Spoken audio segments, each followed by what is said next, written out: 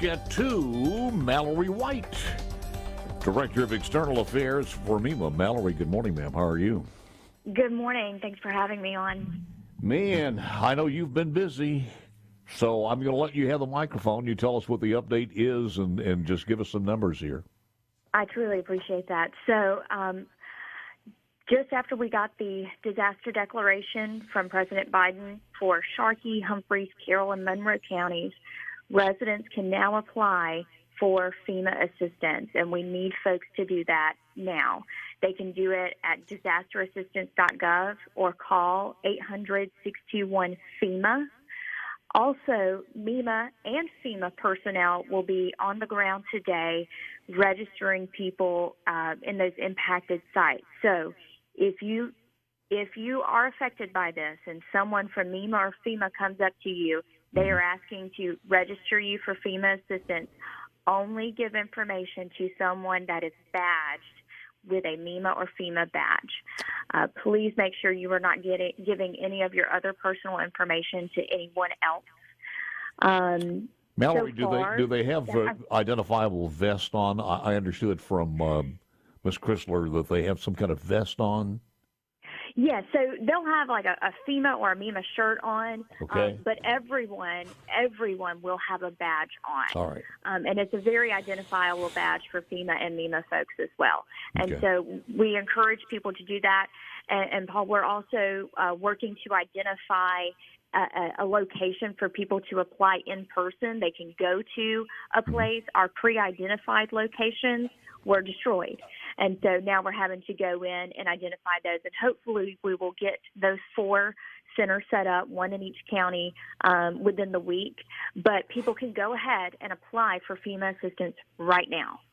All right, let me ask you this. Just maybe this helps out. I'm not sure, but what information do they absolutely positively have to have? It's kind of difficult, I'm sure, if somebody's asking what was the dollar value of what you lost. I mean, that's probably not something that they have at this moment.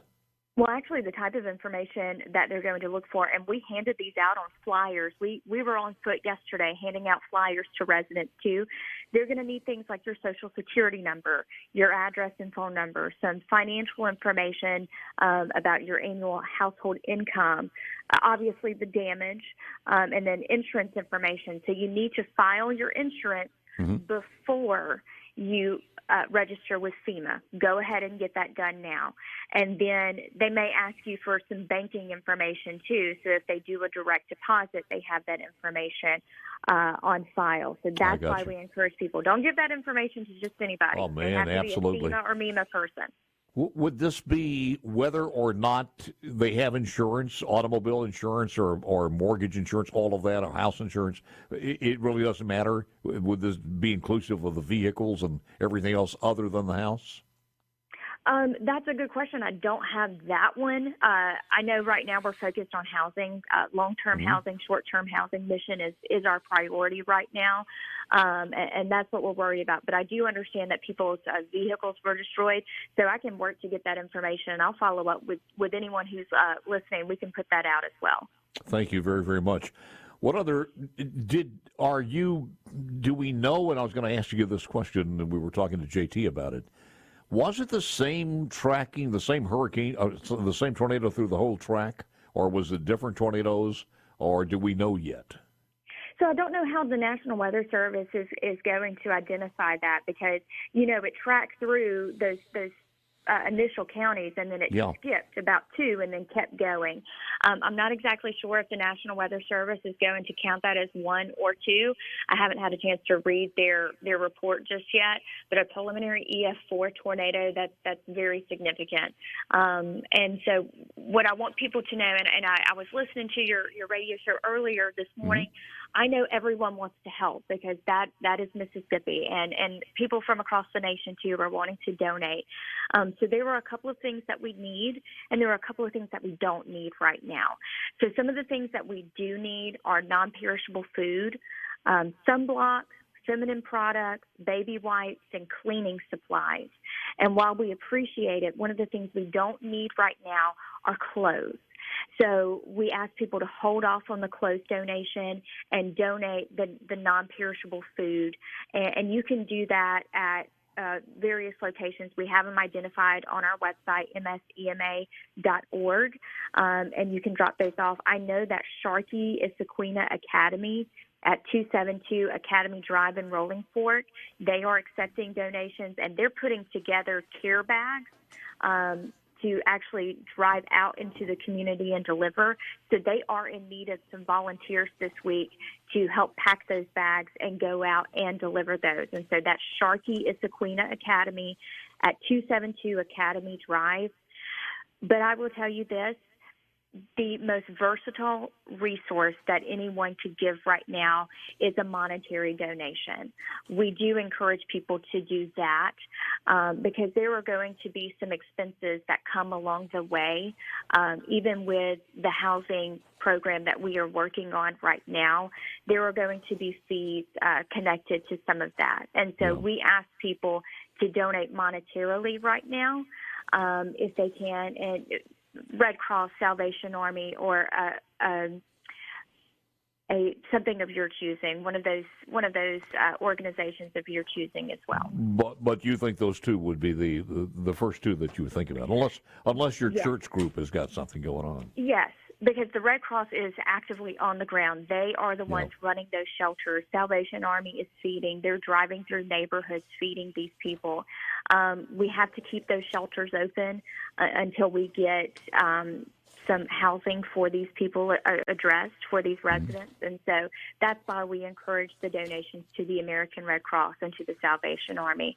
And I just want to say a thank you to all the volunteers that have come out, to all of the resources that have been put towards this event, and a huge thank you to our local officials from the other counties, the neighboring counties that got up in the middle of the night on Friday night, and they were doing triage in Sharkey County. They were assisting them in the field.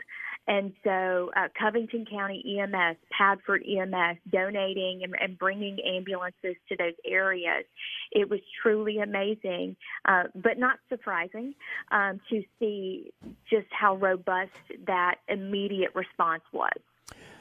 Well, and I think we've heard this more than once during that moments after, it's almost in the battle of in the midst of war, right after that happens with all those power lines and shrapnel and everything else around there, twisted tin and everything else.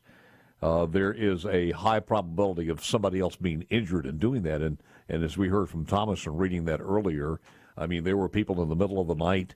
It was still pouring rain after it was passing over, and pitch black, pulling people out, some dead, some injured, and they had no idea whether the next step they took was going to be on a power line. So these people risked their lives to do that, and just kudos to these unnamed heroes.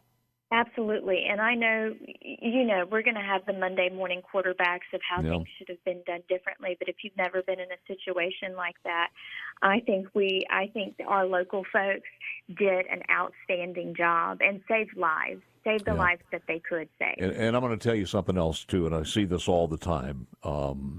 White, black, men, women, young, old. There was no racism. There was human beings helping human beings. And whether it's Silver City or Rolling Fork or Winona or Amory, and that is the real Mississippi. Our new slogan at MEMA is serving the SIP, and that's what we do. We're going to serve every Mississippian to the best of our ability. Yeah. The Emergency Management Agency and the National Guard Armory is one of the shelters. Again, the National Guard Armory in Rolling Fork. Is that at capacity now, or do we know? It is not. Our shelter numbers have actually been a little bit lower, and honestly, I kind of expect that, especially here in Mississippi, because everyone's family, and they're staying with family. we had some on the C Spire text line. I have two. I have a bedroom open here, or I have a cottage here. We're not using this and that, so I've tried to direct them, but I mean it's. You are absolutely right. People are opening their homes and saying, look, you come on, stay with us for a while. Humphreys County Multi-Purpose Building, in Belzona, in the old Amory National Guard building in Amory. And my understanding is you're serving breakfast, lunch, and dinner. And I'm not sure how long that's going to happen, but you are today?